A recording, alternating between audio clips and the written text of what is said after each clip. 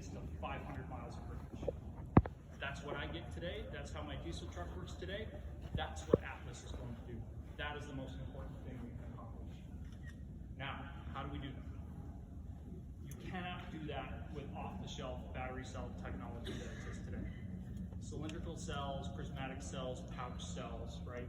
None of those work. The chemistry is one piece of it, but the other side of it is how those cells are actually constructed and what we do with those cells. That's what we're focused on. While others focus on chemistry and solving the problem that way, we are combining chemistry with a completely new cell design, with a big focus on thermal efficiency both in the cell as well as the pack. Now our pack design is rather unique.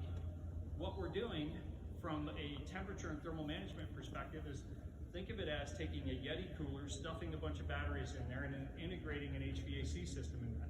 Back there, for those of you that would listen to me earlier, I talked about the fact that it's a self-contained system. What if your battery pack could rise up the temperature? Let's say it's room temperature, or let's say it's higher than that. What if your pack could do that? What if you could park it in northern Minnesota and have it maintain that temperature for a long period of time? Let's say it's overnight until you run it again, or maybe it's a couple of days again before you run again. I grew up in northern Michigan, right?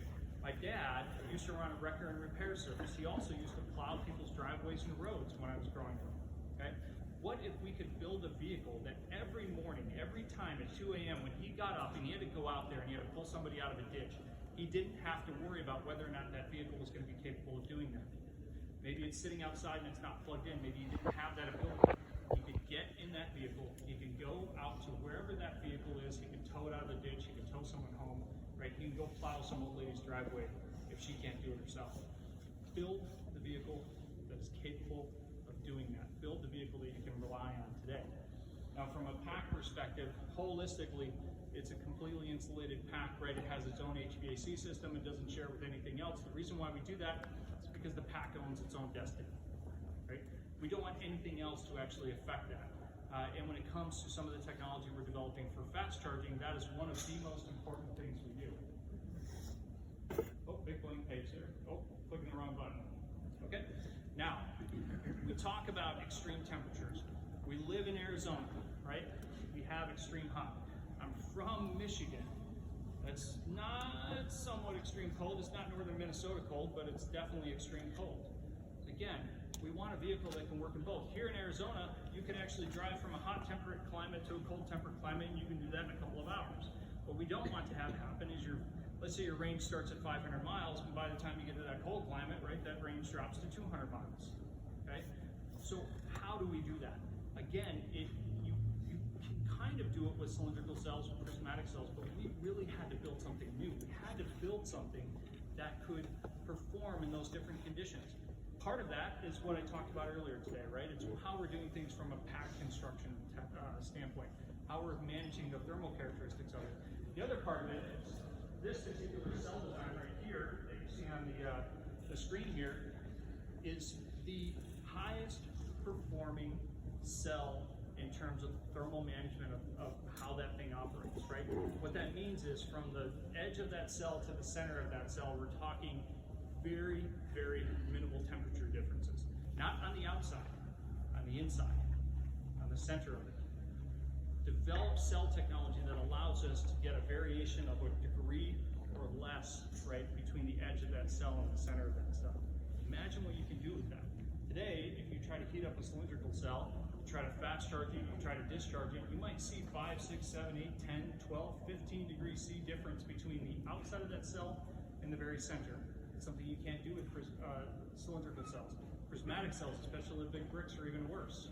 So we focused on developing cell technology that allows us to really do some fantastic things from a thermal management perspective. Combine that with some things we're doing from a chemistry and mechanical and electrical construction standpoint, and now we have a cell technology that can do some very, very amazing things. Okay. Now, those of you that follow us on social media, you will remember in 2018 we did a proof of concept test. This is a very interesting photo. We have thermal management, we have a battery management system, we have a shadow mode connector here. We went out, we took this pack, we plugged it into an EV GO station, and when we did that, we charged this pack in 12 minutes and 37 seconds. Now you might ask yourself, why is it so small? The reason why it's so small is because you can only get 50 kilowatts out of an EVgo station. You can only get 50 kilowatts and a certain amount of current or voltage out of an EVgo station. We have to work within those constraints. And the reason why we did that is because we wanted an independent piece, right? If we're doing it kind of a video in front of everybody, we wanted to eliminate some of the possibilities of, say, the smoke and mirrors, right? And some of those aspects of what we're doing. Okay? Now, where does that apply and how do we apply that? Today, the concept is we take that battery technology, right, and we load it into the XP platform. Back there is the concept of the one that we built earlier. I talked about how it's modular, right, how it's expandable and how that thing works.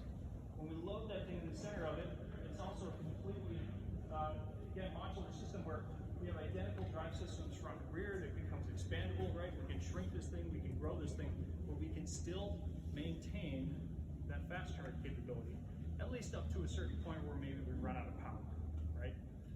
If you have a 1 megawatt battery pack, the fast charge capability for that is going to be really big. Okay? And of course, that all kind of plugs into the XP pickup truck and what we're sort of pitching today in terms of capability and where we want to go from there. Now, we're not thinking about just pickup trucks. Again, that's sexy, cool thing that you can actually touch. What we're truly trying to think about is how can we apply that to different industries? How can we build one set of technology that can grow, particularly in the sort of work market, right? How can we build a single set of technology that can be shared across that? How do we build an ecosystem of products and solutions that work together? And it all really starts with that battery technology, right? It starts with that thing that gives you the performance that you're looking for. Everything else can be built on that, right? But it's that battery technology that's at the core of it. Okay? Now, we built a pack. You can charge it in 15 minutes, but there is no charging station on the market today that can support that. A 250 kilowatt hour pack at the highest charging rate, we're pushing 1.5 megawatts of power. The biggest Electrify America station that we're aware of today is 350 kilowatts. The biggest Tesla station, I believe, is 225 or 250 kilowatts. Okay? The average charging station that's actually installed is somewhere between 50 and 120 kilowatts of power. We have to actually invent technology that allows us to charge a vehicle quickly.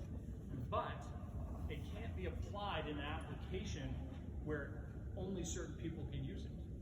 Right? My grandmother's 86 years old. She needs to be able to use this. Right? She stands 5 feet tall.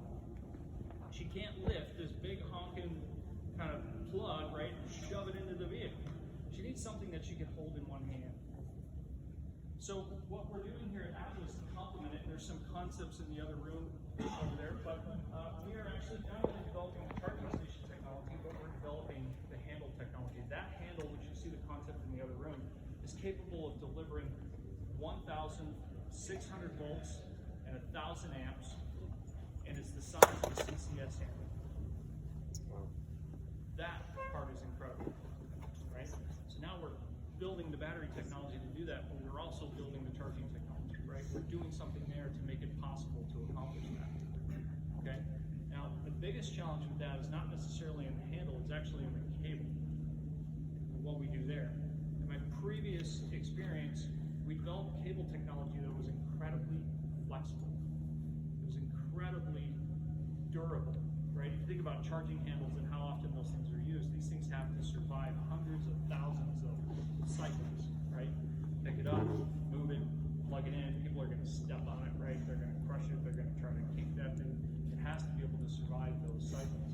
But when we're delivering 1,600 volts and 1,000 amps, we're talking about a cable that's roughly about 2 3/4 of an inch in diameter. So what we actually do is we do a very proprietary construction methodology for this that allows it to be flexible. I can't share too much about it, but the best reference I can give you would be think of a slinky and how a slinky is super flexible. Apply that thought process to the cable. Give you a little nugget there as to how we accomplish that. That's something that I've actually applied in a previous company in terms of how we construct cables, and we took something that's very stiff and turned it into a very flexible thing. Now The other side of that is solving the problems with the materials, right, and things like that. Like cable jacket, right? We don't want things to wear out so we have an arc condition, right? We don't want a failure in the field. We want these things to work in different conditions. There's two ways to do that. One, solve it from a chemistry perspective and a material perspective. Number two is we plan to have charging stations that are in remote areas. We plan to have charging stations that are in destinations. We plan to have charging stations and maybe there isn't someone there to watch it at all times. So when that when that plug is actually plugged into the charging station, we're developing technology where we can do self-diagnostics of that system in the field, and that can run periodically. So think about a charging station that is basically doing its own health monitoring, right? It's determining whether or not there's actually a fault in that system, and then it's flagging that and then scheduling someone to come out and actually do that repair. We're talking about these high-powered systems. We can't have failures in the field, right? That's a safety risk, right? That's a customer experience problem. So develop technology that is smart, develop technology that can manage itself in such a way that we don't run into situations where you go to plug in, right, and it doesn't work anymore. We should be able to flag that issue within a 24-hour period, right, and get someone out to actually repair that. Okay. Now, how do we deploy a 1.5 megawatt charging station out in the field? One of the biggest problems is if you plug that into the grid, in some locations or some areas of the country, it is possible to do that, right? But if we want to be able to deploy this fast and we want to do it for a relatively low cost, we have to be able to develop a solution that doesn't cost $1 million per charging station to plug in. We have to develop something that maybe costs $50,000 per station to plug in, which is comparable to what it costs today for, say, a 50 kilowatt or 250 kilowatt system. So to do that, we're looking at deploying buffering systems, right? Taking the battery technology that can ultimately fast charge and survive a large number of cycles, right? And plug that into the charging infrastructure. What if we could simply just drop something like a box on a location, plug it into the existing grid connection, and be able to charge up to 8 vehicles with a system that's maybe the size of a container, right? Go out there, deploy that, do that very quickly, start rapidly moving those things, and if there's a problem, we can always just unplug it. I'm simplifying this, but unplug it, pick it up, drop another one in its place, and keep things going. Now, I said we started in my garage. Here's a final picture of the inside of it. From here, I will go into some more details of the battery technology and what we're doing there. But this is the current team we have today. We're a team of 14 individuals. We started with 5. Over the next year, we're going to grow to 75, and then by the beginning of next year, our plan is to grow to about 150 individuals as we start to ramp up in terms of engineering technology or engineering efforts, right? Primarily in development of things like the battery technology, the XP platform, and some of the different systems and things that go with that. By the end of this year, we are planning on having a production-ready single XP platform available, as well as a charging system and some of the technology that's associated with that. That is our ultimate goal. Okay. So that's a little bit about Atlis Motor Vehicles, and then here's the timeline that I just spoke about there. And from here, if you want to, we can go into a closer look on things. If you're curious about the battery technology, I have no idea how the test is going right now. If you're curious about the battery technology and things like that, we can dive a little bit deeper into that. If that's where we want to go from here. Does anybody have any real quick questions before I do that? For home charging, is there a system that you can plug in at home? Yeah, so we'll be putting a CCS system on the front of the vehicle. So you'll basically be able to plug into a 240 volt socket, right, with a simple charging cable, plug into the J1772 plug that's on the front of there, and the onboard charger will allow you to charge the vehicle. So charging from the CCS out at a normal charge station, how long would you have to stay for, say, 100 miles? Fantastic question. First of all, I talked about a 1,600 amp battery pack, right? Volt battery pack. CCS 1.0 is 400 volts, CCS 2.0 is 800 volts, right? At least currently. And the Atlis system is 1,600 volts. So That, if you try to go from say 400 to 1600 volts, it doesn't necessarily translate very well, right? So part of the advantage of the battery technology that we're developing and being able to say pump energy into that very quickly means we can actually take that pack and we can cut it down to 800 volts and we cut it down to 400 volts dynamically. So when you plug it in, it'll make that change. We can balance the different packs and systems that are inside there very, very quickly. Now, to answer your point directly as to how long it takes, it really depends on what size that system is. So simple math, 250 kilowatt hour battery pack, 50 kilowatt hours or 50 kilowatt system, right? Let's say it's $5. Okay. Somebody else had a question. You're trying to continue to find an emergency situation. Take for instance, example, like I'm back in the woods with my truck and my foot gets hurt and my battery's out of juice. Is there any kind of like charge package you just bail it out, or in that situation, are you thought that far ahead? So yeah, we've definitely thought that far ahead, and we have a number of people that are interested in whether it's like mobile battery systems or something like that. Generators and things like that, they can work, but not really. It's much more akin to say, you know, if you're out that far, we definitely recommend don't going so far that you maybe do run out of juice. But if that happens, it would be similar to a situation where you run out of gas. You need somebody, or you need some kind of backup, right, to be able to plug that in and charge it. There will be a capacity, a certain amount of capacity left right at the end of it that would allow you to essentially drive a certain distance, right, on so you can potentially get to a location right where you can get help. But that's one of those situations where we can't necessarily predict it. Yes, ma'am? Is it done? It's done. Did anybody time it? No. We believe you. You believe me? What's the other one say? I can't even see it. It's not even close? 21 minutes. 32%? Okay. 21 minutes. Who said 21 minutes? I believe it.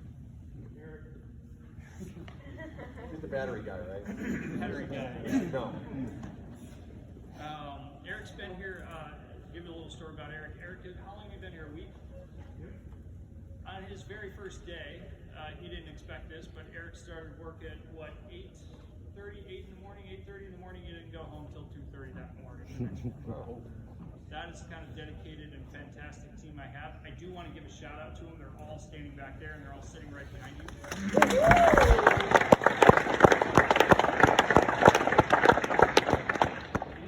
and gals for the last 2.5, 3 weeks have worked tirelessly from 6 a.m., 8 a.m. till 2 a.m., 3 a.m. trying to get some of this stuff ready for today. There's a few more things that we did want to show. Unfortunately, those didn't get done, but it's been a fantastic team to work with for the past couple of years. They've done some really amazing things for us. In terms of some of the battery technology, kind of keep turning the screen off, and where we go from there. One of the challenges that everybody has, and I think I talked about this before, is everyone focuses on chemistry and what you can do with that. Now, chemistry does matter. Right? There are different, say, cell types. There are energy cells, power cells, right? There are cells that can do very high cycle rates, like lithium titanate cells can do large power outputs, but they can also do large charge inputs and very high cycle rates, right? But their energy density is roughly a tenth, right, of say what Tesla has in their vehicle. When you look at chemistry and you look at what you can do, when we talk about things like power cells, those are cells that can discharge a lot of energy, and they have a very specific chemistry associated with them. Now, what we've actually done is done some things from a, say, cell construction standpoint and chemistry selection standpoint, as well as from a management standpoint. I talked a little bit about that today. That allows us to actually charge these cells, one, very quickly, but two, work on solving some of those other challenges that are associated with it, right? So when you charge a cell quickly, you get things like lithium plating that occurs, right? Now, and you get dendrite growth with that. Now, there are certain things you can do to minimize the amount of lithium plating that actually occurs in that. One is you try to make it even, because it will happen. So try to make it even all the way across that SEI layer, okay? When we do that, we start to actually discharge that cell. We actually start to pull some of that away, and we actually break it back down, okay? So we eliminate or reduce the possibility of dendrite growth. Now, you will never, ever, at least until somebody actually solves that problem, eliminate dendrites. Those are things that grow continuously with every cell that's out there. So our focus is on really developing a technology solution that allows us to do this at least 2,000 times, right? So today, your typical lithium-ion battery that you actually build, let's say it cycles 500 times, right? And then it typically drops to 80% capacity.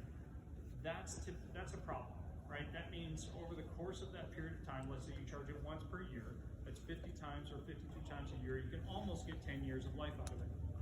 In particular, for the work truck market, our focus is on doing this with a cell that can do it 2,000 times, because our typical work truck customer charges once a day to once every 2 days, right?